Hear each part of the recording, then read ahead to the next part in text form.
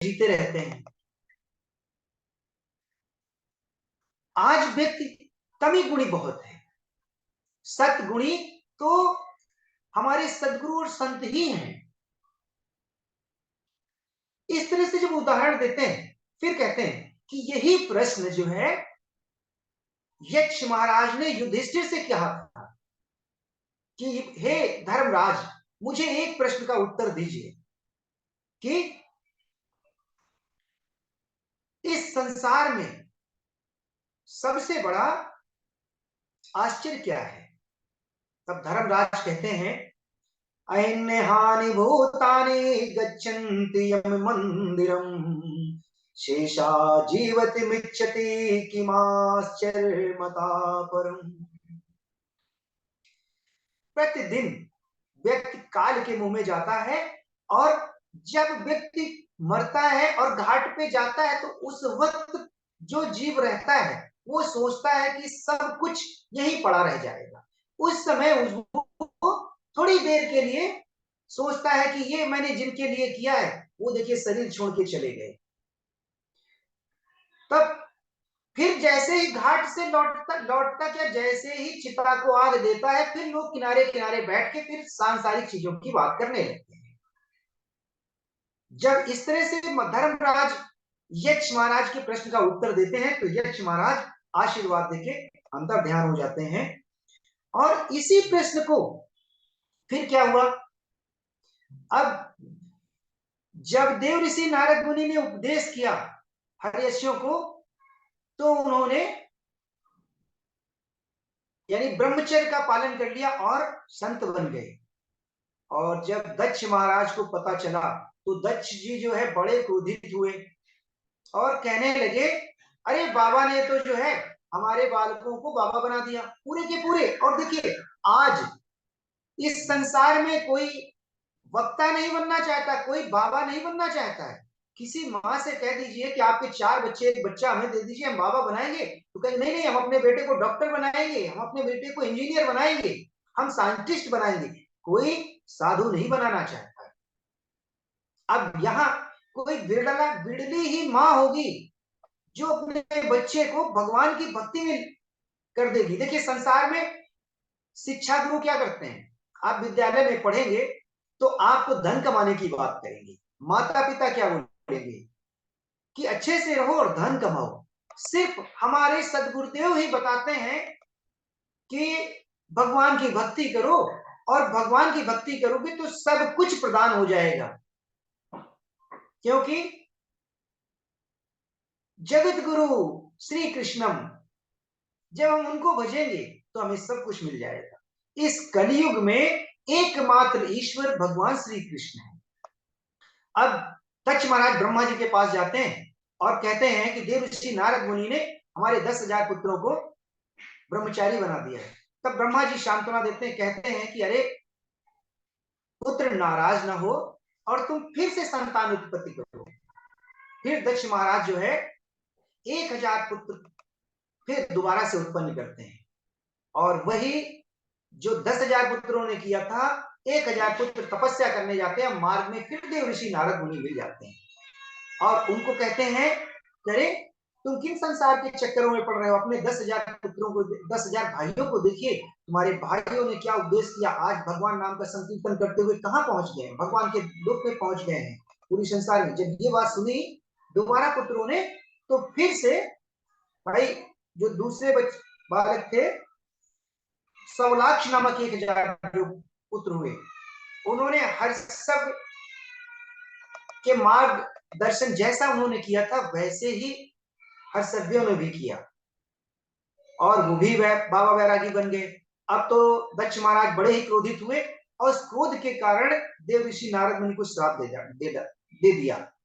और श्राप जब श्राप दिया तब क्या कहते हैं कि अहो असाधु साधूनां साधु लिंगेन नस्तया असाध्य कार्य भरकाणां भिक्षो मार्ग प्रदेशिता। नारद तुम हो तो भगवान श्री कृष्ण के दूत, लेकिन तुम छोटे से बालकों को जो अपना सांसारिक जीवन बसाना चाहते थे, उनको तुमने बाबा बैरागी का उपदेश दे दिया है। देखिए, हमारे सदग्रंथ और संत कहते हैं कि साधु एक उम्र में होना चाहिए। कैसे? जब 60 वर्ष, देखिए 60 वर्ष तक आप परिवार में रहिए, लेकिन परिवार में रहते भगवान का चिंतन करिए, और 60 साल बाद में वानप्रस्थ चले जाइए, और 80 वर्ष के जब होइए, तब तो आप जो है संन्यास ग्रहण ही कर लेना चाहिए। जब इस तरह उपदेश करते हैं, तो देव ऋषि नारद मुनि दक्ष की बातों का बुरा नहीं मानते हैं। जब दक्ष महाराज इस सहनशीलता को देखते हैं, तो बड़े प्रसन्न हो जाते हैं। कहते हैं धन्य हो देव ऋषि नारद मुनि, और कहते हैं कि संत महात्मा और साधु को तो कभी एक जगह रुकना ही नहीं चाहिए। जिस तरह यानी बहती हुई यानी ठहरी हुई नदी का पानी रुक जाता है, तो गंदे यानी कीड़े पड़ जाते हैं, इसी तरह साधु संसार में विलिप्त नहीं होना चाहिए। और देखिए, संसार में एक सिद्धि पाने के बाद में क्या क्या चमत्कार होते हैं। तो इसीलिए देव ऋषि नारद मुनि ने कहा, मुझे किसी सिद्धि की भी जरूरत नहीं है, और मैं तो कहता हूं कि भाई चमत्कार देखना है तो बागेश्वर बाबा के पास जाइए, और भक्ति और ज्ञान चाहिए तो हमारे गुरुदेव की शरणागति ग्रहण करिए। तो हम तो आपको भक्ति और भाव देंगे, लेकिन आपको अगर चमत्कार देखना है तो बागेश्वर जाना पड़ेगा। इस तरह जब दक्ष महाराज ने ब्रह्मा जी के कहने पे दोबारा 60 कन्याओं का जन्म हुआ। जब 60 कन्याएं उत्पन्न हुई, 60 कन्याओं में 10 धर्माय कायेन्द्रो विशद तृणवदत्तवान भूतांगिरा त्रिशास्वेभ्यो द्वे द्वे ताच्या। 13 कन्याओं का विवाह धर्म के साथ किया, और 10 कन्याओं का विवाह धर्म के साथ किया, और 13 कन्याओं का विवाह कश्यप मुनि के साथ किया, और 27 कन्याओं का विवाह चंद्रमा के साथ किया, और 2-2 कन्याओं का विवाह भूत नामक ऋषि, अंगिरा नामक ऋषि और कृशास्त्र से किया। 4 कन्याओं का विवाह कश्यप के साथ दोबारा से किया। अब कश्यप की पत्नी दिति से दैत्यों का जन्म हुआ, और जब कश्यप और हिरण्याक्ष का वध भगवान श्री कृष्ण ने जब कर दिया, तब एक दिन माता दिति जो है अपने पति परमेश्वर के पास आती हैं और कहते हैं कि हे स्वामी, उनकी सेवा करती हैं और कहते हैं प्रभु, मुझे कुछ ऐसी कृपा करिए कि हमारी संतान प्राप्ति हो। तो ये एक अलग प्रसंग, अलग दिन की कथा है, मैं कभी समय मिलेगा तो जरूर सुनाऊंगा। तो माता दिति अपने पतिदेव की ऐसी सेवा करती हैं और कहते हैं कि मैं पुंसवन यानी कश्यप मुनि कहते हैं कि पुंसवन व्रत की विधि बताता हूं, और 6वें स्कंद के अंतिम अध्याय में पुंसवन व्रत की विधि का वर्णन किया हुआ है बहुत अच्छे से। 1 वर्ष तक नियम संयम से ध्यान करके जो स्त्री पुंसवन विधि का व्रत करती है, उसे संतान सुख जरूर प्राप्त होता है। और जब कश्यप मुनि ने उपदेश किया अपने धर्म पत्नी को, तो वैसे ही पालन किया। अब इधर क्या हुआ, देव ऋषि यानी देवराज इंद्र जो है बहुत परेशान हुए और बोले कि 2 दैत्य थे, तब तो हमारा तो जीना हराम कर रखा था, और यहां फिर से पुत्र प्राप्ति की बात की है, और अब की बार कहीं इनके पुत्र हो गए, तब तो फिर देवता और ऋषि मुनियों की आपत्ति हो जाएगी। इस तरह जब कहते हैं, तो इंद्र जो है माता दिति के गर्भ में प्रवेश करते हैं, और उस शिशु के एक गर्भ के 7 टुकड़े करते हैं, और फिर भी वो शिशु की मृत्यु नहीं होती है, तो उस 7 टुकड़ों से फिर 7 टुकड़े करते हैं, तो कितने हुए? 49 टुकड़े हुए, यानी यही जो 49 हमारे मानस में लिखा है, हर प्रेरित ते ही अवसर चले मरुत 49। मरुत मतलब योजन से भी गिने नहीं जा सकते। और जब भगवान का ज्ञान प्राप्त हुआ तो वो देवर्षि इंद्र के साथ में भगवान के धाम चले जाते हैं और अदिति माता से देवताओं का जन्म होता है।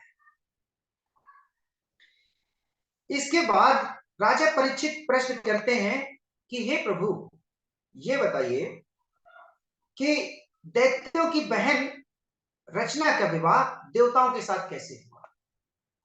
और जब देखिए, देवताओं की बहन जो है रचना जो थी, तुष्टा नामक देवता से विवाह हुआ और उनसे जो संतान हुई, 2 पुत्र हुए, विश्वरूप और सन्निवेश।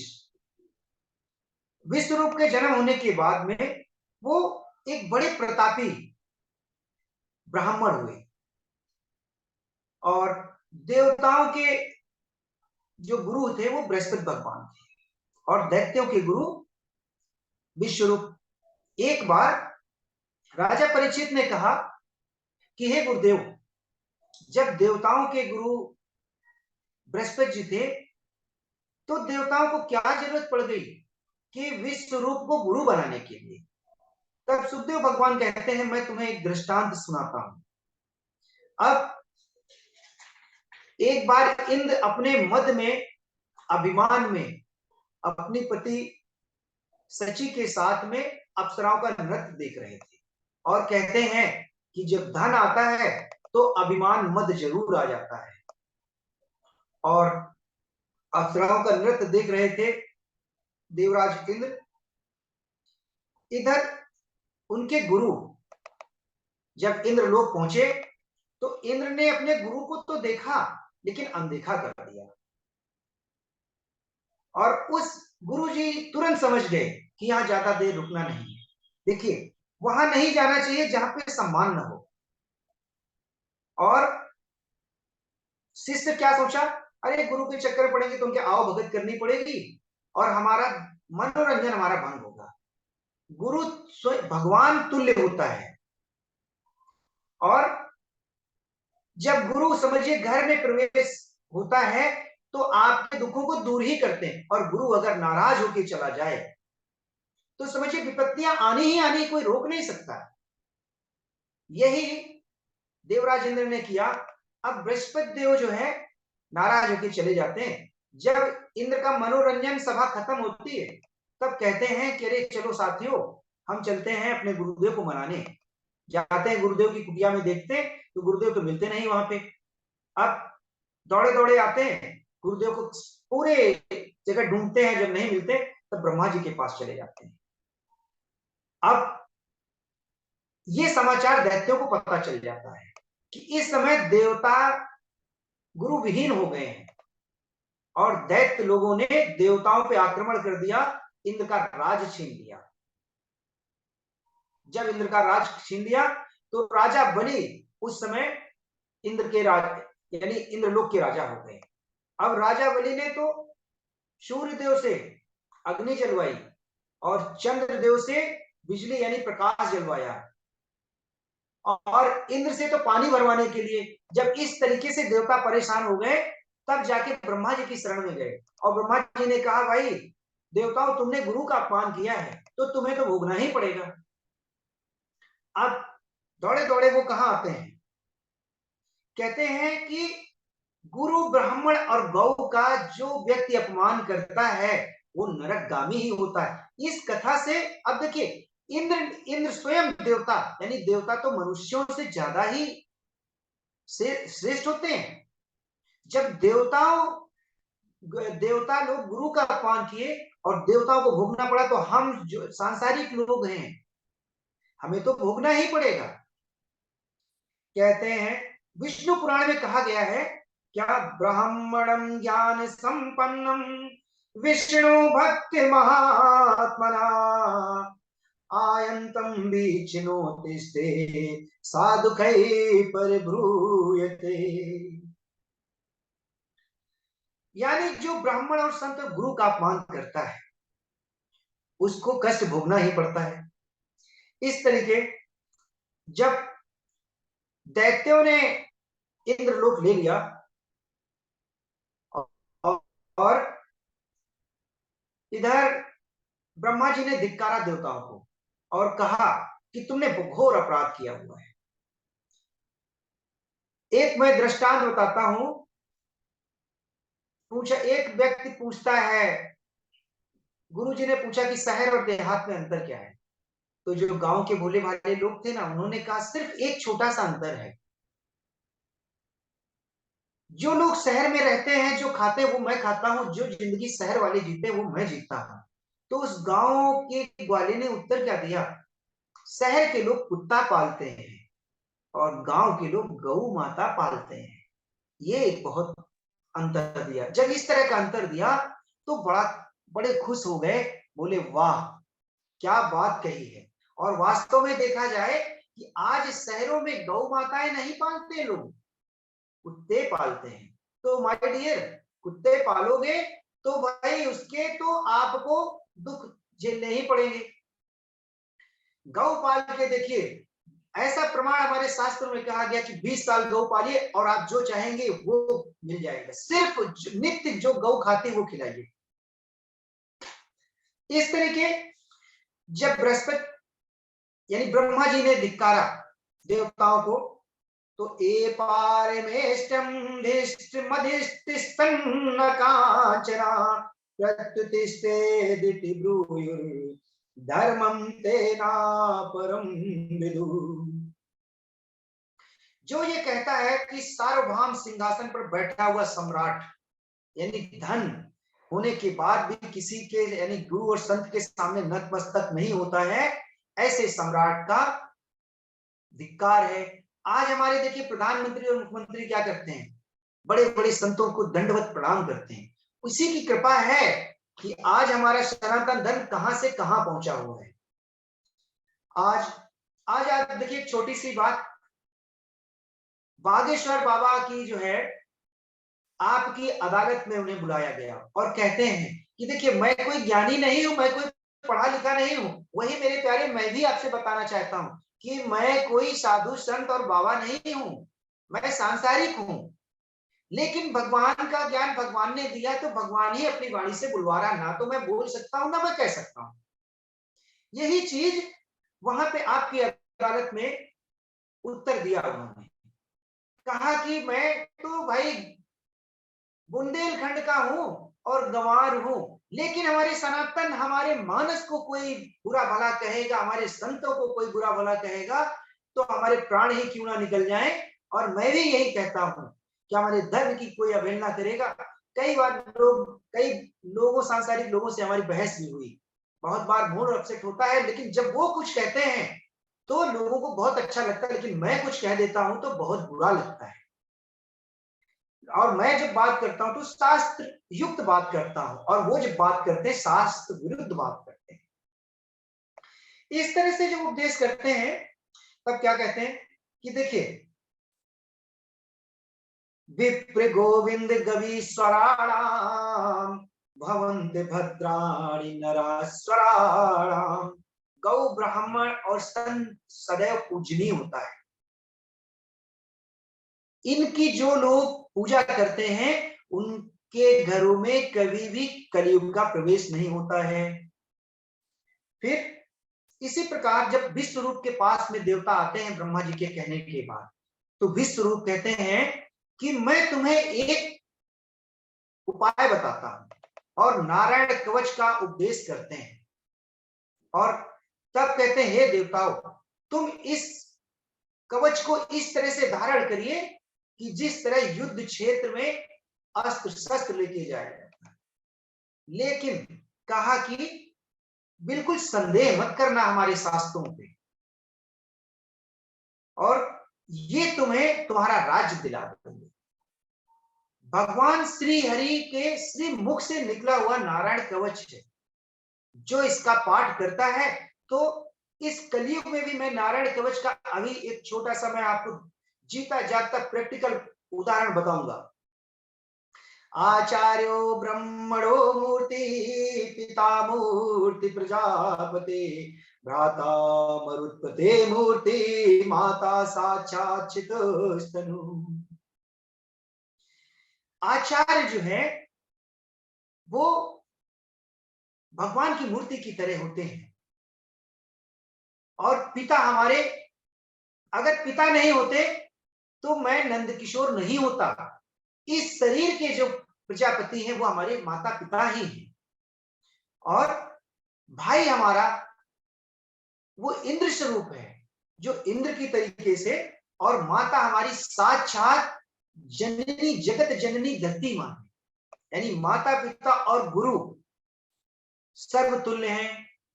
भगवान ने यहां कहा कि सबसे पहले प्रथम पूजा माता पिता और फिर गुरु। माता पिता का ज्ञान सीमित हो सकता है लेकिन गुरु का ज्ञान असीमित है, इसीलिए गुरु को सर्वश्रेष्ठ बताया गया। पहली शिक्षा माता पिता से, और दूसरी गुरु जो काम करता है वो संसार में दूसरा कोई काम नहीं करता है। जब इस तरीके से जब कहते हैं, अब इंद्र को संशय होता है, कहते हैं कि हे गुरुदेव, देखिए विश्व गुरु को यजन करना चाहते थे, और विश्व गुरु राजा यानी देवताओं के पास नहीं, उनका जजमानी ग्रहण नहीं करना चाहते। बोले कैसे? तो यहाँ पे कम कर्म पिपाक संहिता में लिखा गया है, और ये मेरे प्यारे ये सबके लिए नहीं है, ये सिर्फ हमारे आपके लिए है और ये श्रोताओं के लिए नहीं। लेकिन यहां कहा गया, विश्व गुरु कहते हैं देवताओं से कि पुरोहितम यात कर्तम मठाधिपत्यमेव चा करोति यदि देवो स्वानियोनि समश्नुते। पुरोहित काम बहुत ही गंदा और मंदा है। ना माने तो 1 वर्ष रह के पुरोहिताई का काम करके देखिए, कितनी याचनाएं करनी पड़ती। लोग कहते रहे टीका लगा लिया, धोती पहन लिया, चल गए मांगने के लिए, और ऐसे लोग नजर उठा उठा के देखेंगे कि जैसे हम कुछ उनसे लिए ले रहे हैं। हमारी फिल्मी दुनिया के लोग तो बिगाड़ते हैं, लेकिन हमारे वक्ता सुधारते हैं। आप 4 घंटे की फिल्म देखते हैं और 4 घंटे भगवान की कथाओं में आ जाइए ना, तो आपका कल्याण हो जाएगा। जितना हमारे वक्ता समाज को सुधार रहे हैं, फिल्म यानी क्रिकेट में हम 3 घंटे 4 घंटे देते हैं, हजारों रुपए खर्चा करते हैं, और कथा पंडाल में आने के लिए हम शर्माते हैं। लेकिन फिल्म हमें क्या सिखाती है? बिगाड़ना। और हमारे संत और वक्ता क्या सिखाते हैं? हमेशा घर परिवार और समाज बढ़ के ही चलता है। इस तरह पंचतत्व में कहा गया। फिर विश्व गुरु कहते हैं नहीं तो 1 दिन 3 दिन के अंदर किसी को राजपद अगर दे दिया जाए ना, तो उस राजपद में इतना मदमस्त हो जाता है, तब वो कहते हैं कि अगर ईश्वर ने तुम्हें सब कुछ दिया हुआ है, विश्व गुरु कहते हैं कि मेरे पास सब कुछ है, लेकिन देवताओं की कई बार याचना करने के बाद में विश्व गुरु देवताओं की विनती स्वीकार करते हैं और देवताओं के आचार्य बन जाते हैं।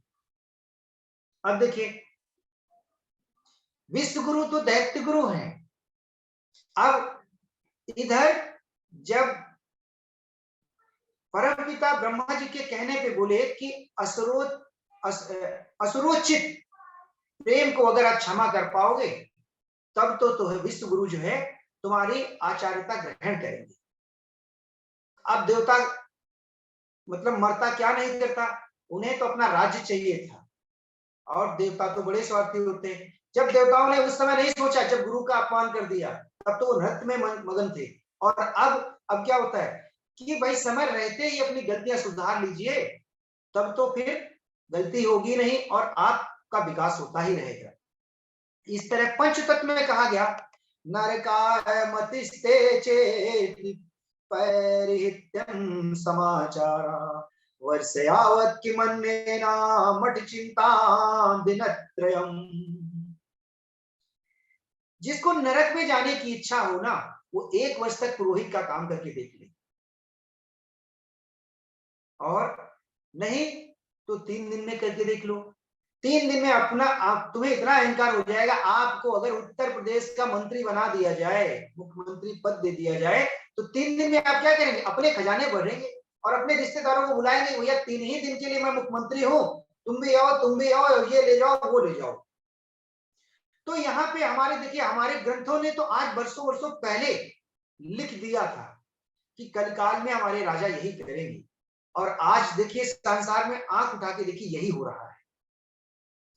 इस तरह जब उपदेश करते हैं तो विश्व गुरु नारायण कवच की इधर देवता इंद्र से कहते हैं कि संशय मत करना।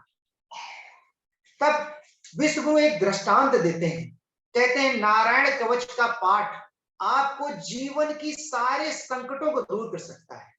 लेकिन नारायण कवच पाठ करने के लिए 1100 पाठ नारायण कवच कराइए, और शुद्ध आचार्य ब्राह्मणों की जो वेद मंत्र जानते हो 1100 पाठ करा के देखिए, और 90 दिन नहीं गुजरेंगे आपके जीवन के संकट दूर ही हो ही जाएंगे।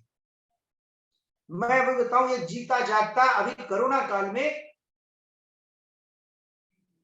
पराशर महाराज जी को उनके शिष्य ने फोन किए, और कोरोना काल में कैसे कैसे लोग चले गए, ऐसे ऐसे लोग चले गए कि करोड़ों रुपए देने के बाद में कहते थे प्रभु मुझे बचा लीजिए। तो उन्होंने कहा कि भाई मैं कोई तंत्र मंत्र तो जानता नहीं हूं, लेकिन हाँ भागवत ने मुझे जो दिया है वो मैं कर सकता हूं। तो 2100 यानी 25 ब्राह्मणों के साथ में 1100 पाठ नारायण कवच का कराए 30 दिनों तक, और कई सारे जजमान जब जुड़े तो यकीन मानिए वो व्यक्ति कोरोना काल की लास्ट स्टेज में बैठा हुआ था, वो वापिस आ गया जब उसके नाम की आहुतियां पड़ी। अब क्या हुआ, पराशर महाराज भी कोरोना की ग्रस्त में आ गए, तो अपने नाम की भी आहुति जो है ब्राह्मणों से डलवाई। फिर ये अभी इसी 1-2 साल पहले की घटना है, हमारे जगत गुरु रामभद्राचार्य को भी जब कोरोना हो गया था ना, तो पराशर महाराज जी को फोन करके कहते हैं उनके नाम की भी आहुति, यानी नारायण कवच तो वो है जो इंद्र को इंद्रासन दिला दिया, तो हम सांसारिक लोगों के दुख हमारे श्री हरि क्यों नहीं दूर करेंगे, और कन्हैया तो हमारे आसपास रहते हैं। जब इस तरह से उपदेश किए नारायण कवच का पाठ, लेकिन शुद्ध भाषा में, और आचार्य जो वेद पाठी उन्हीं से कराना चाहिए, नहीं तो अर्थ का अनर्थ हो जाएगा। एक उच्चारण गलत हुआ तो क्या हो सकता है वो आप सभी मेरे प्यारे जानते हैं। अब चलिए हम लोग नारायण कवच का पाठ हम लोग भी करते हैं, और वैसे हमें अपने जीवन काल में नित्य अपनी पूजा में नारायण कवच का ध्यान जरूर करना चाहिए। ओम हरिर्विद्यान मम सर्वराचान नस्तांग्रिपद्मापतगेन्द्रपृष्ठे दरारि चर्मा सिंधुदे सुचापा पाषाणदधानुष गुणोस्तिवाहु। बोलिए नारायण भगवान की जय। यहाँ पे जब हमारे देवता लोग नारायण कवच का पाठ करते हैं, अब नारायण कवच के पाठ से हम जो जल में जलचर जीवों से मत्स्य भगवान का जन्म होता है, और स्थल में वामन भगवान का जन्म होता है, और आकाश में त्रिविक्रम भगवान मेरी रक्षा करें, इस तरह से प्रार्थना करते हैं। भगवान का अंगों का ध्यान करते, शंख चक्र गदा पद्म का ध्यान करते हैं, और ऐसे भगवान हमारी मनोकामना को पूर्ण करें। ऐसे सुदर्शनधारी भगवान जो गदा लिए, केशव मध्य में सायंकालीन श्री हरि हमारी रक्षा करें, और रात के समय भगवान पद्मनाभम मेरी रक्षा करें। जब इस तरह से हम भगवान से विनती करते हैं, अब विश्वहरि एक दृष्टांत सुनाते हैं और कहते हैं कि मैं तुम्हें देवताओं, मैं तुम्हें एक दृष्टांत सुनाता हूं। कहते हैं कि इससे बिल्कुल संशय मत करिए। कहते एक बार कौशिक मुनि गोत्री एक ब्राह्मण थे जो नारायण कवच का पाठ किया करते थे। और अंत समय में क्या हुआ, वो एक भीषण जंगल में उन्होंने अपने प्राण त्याग दिए। अब देखिए, अंत्येष्टि क्रिया उनकी हुई नहीं, उनकी हड्डियां वहीं पड़ी रही। और चित्रकेतु नाम का जो गंधर्व था, अपनी 1 करोड़ रानियों के साथ में आकाश मार्ग से अपने यान के साथ में जा रहे थे, विमान में बैठ के। अब देखिए, जो कौशिकी मुनि थे, जिनकी अस्थियां जमीन पे पड़ी हुई थी, जब चित्रकेतु का यान निकला अस्थियों के ऊपर से, तो उनका विमान पृथ्वी पे आके गिर गया। अब चित्रकेतु तो बड़ा परेशान, हम तो जा रहे थे अपने धाम को, और यहाँ पे मेरा रथ तो नीचे गिर गया। जब चित्रकेतु का विमान नीचे आता है, उस समय पे बालखिल ऋषि के आश्रम, वहां पे एक बालखिल ऋषि नाम के आश्रम था, उनके पास जाते, कहते हे ऋषिवर, ऋषिवरों को प्रणाम करते और कहते हे ऋषिवर, मैं अपनी पत्नियों के साथ में जा रहा था और ऐसा क्या हुआ कि मेरा विमान गिर गया। तब वालखल ऋषि जो है, उनको कहते हैं कि एक कौशिक मुनि यहाँ रहते थे, जो कि नारायण कवच का पाठ करते थे। उनकी हड्डियों में नारायण कवच की शक्तियां हैं। उस शक्ति के कारण तुम्हारा विमान जो है पृथ्वी लोक पे आ गया है। अब आप इनकी अस्थियों को लीजिए और पूरी क्रिया करिए। तब चित्रकेतु नाम के जो गंधर्व थे, ऋषि मुनियों की अस्थियों को लेते हैं और सरस्वती नदी पे विसर्जित करते हैं। इसके बाद चित्रकेतु और अपनी पत्नियों के साथ में अपने धाम को जाते हैं। अब इस तरीके जब देवराज इंद्र सुनते हैं तो हैरान हो जाते हैं, आश्चर्यचकित हो जाते हैं कि इतनी बड़ी महिमा है, और उन्हें भरोसा हो जाता है कि इस नारायण कवच से, नारायण नाम के जाप से हमें हमारा लुक जरूर मिलेगा। अब इधर विश्वगुरु जब यज्ञ करते थे, तो विश्वगुरु ने क्या किया, 4 आहुति तो देवताओं की डालते थे और 1 आहुति चुपके से दैत्यों की डालते थे, क्योंकि भैया दैत्य गुरु थे वो। अब यहाँ पे कहा गया है कि हम संगत जिसकी करेंगे तो उसके लक्षण जरूर आ जाएंगे, लेकिन देवता तो परेशान थे भाई, उनके गुरु नाराज होकर चले गए थे, तो गुरु तो बनाना ही था। अब जब इंद्र ने ये बात देखी, तो क्रोध में आके विश्व गुरु का सर धड़ से अलग कर दिया। जब सर धड़ से अलग कर दिया, तब क्या हुआ, उनके पिता त्वष्टा को जब पता चला कि इंद्र ने हमारे पुत्र का वध कर दिया है, तो इंद्र ने, अब इंद्र को ब्रह्म हत्या लग गई, और इंद्र ब्रह्म हत्या को 4 जगह बांट दिया। कहां कहां पे, पृथ्वी में, जल में, और वृक्ष में, और स्त्री में। पृथ्वी माता घबराई और कहने लगी, हे इंद्रदेव, क्या आपने किया, आपको तो ब्रह्म हत्या लगी और मेरे ऊपर सौंप दिया। तो बोले आप घबराइए नहीं, मैं वरदान देता हूं कि इस पृथ्वी में चाहे जितने बड़े गड्ढे हो जाएंगे, समय आने पे वो गड्ढे भर जाएंगे।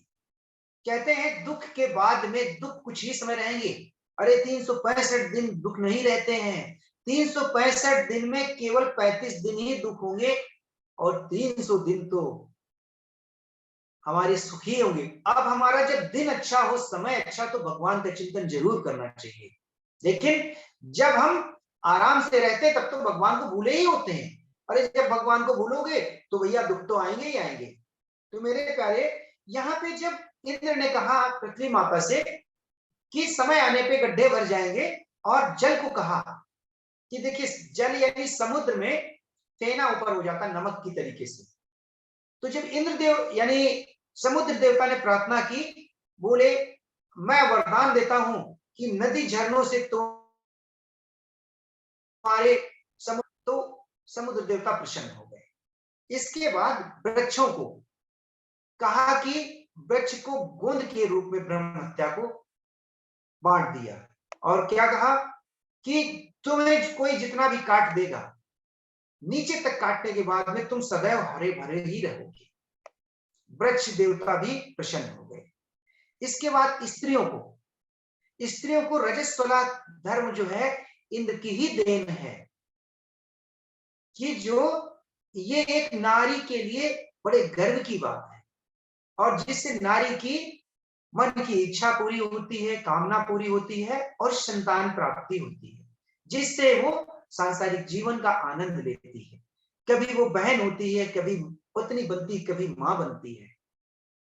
इस तरह जब उपदेश करते हैं, इसके बाद जब तुष्टा को पता चलता है कि हमारे पुत्र का वध कर दिया, तो तुष्टा देवता जो है यज्ञ करते हैं। उस यज्ञ में आहुति करते हैं और कहते हैं, इंद्र शस्त्रो विवर्धस्व मां चिरम जय विदिश्रवम। अब यहाँ पे देखिए हमारे आचार्यों से गलती क्या हो जाती है, अंत्योदात्त के स्थान पे आद्योदात्त हो जाता है। पुत्र प्राप्ति की कामना से तुष्टा जो है यज्ञ करवाते हैं आचार्यों से कि एक ऐसे पुत्र की कामना करते हैं कि जो इंद्र का वध करे। और हो क्या गया, पुत्र का जन्म तो होता है, लेकिन वेद मंत्रों की गलती के कारण से अंत्योदात्त की जगह आद्योदात्त हो जाता है। यानी इंद्र को मारने वाला नहीं, इंद्र के हाथों मरने वाला पुत्र प्रकट हो जाता है। अब इसी तरीके से जब वृत्तासुर का जन्म हुआ, तो उसकी दिशाएं इतनी, उसका शरीर इतना विशाल हो गया कि वो 10 दिशाओं को आच्छादित करने लगा। और इस प्रसंग को समय न रहते हुए हम आगे करेंगे। और बोलिए भक्तवत्सल भगवान की जय, सदगुरुदेव भगवान की जय, श्रीमद् भागवत महापुराण की जय। और आरती के साथ में हम सब लोग जो है प्रसंग को पूरा करते हैं। बाके बिहारी तेरी आरती गाऊं, बाके बिहारी तेरी आरती गाऊं, मोर मुकुट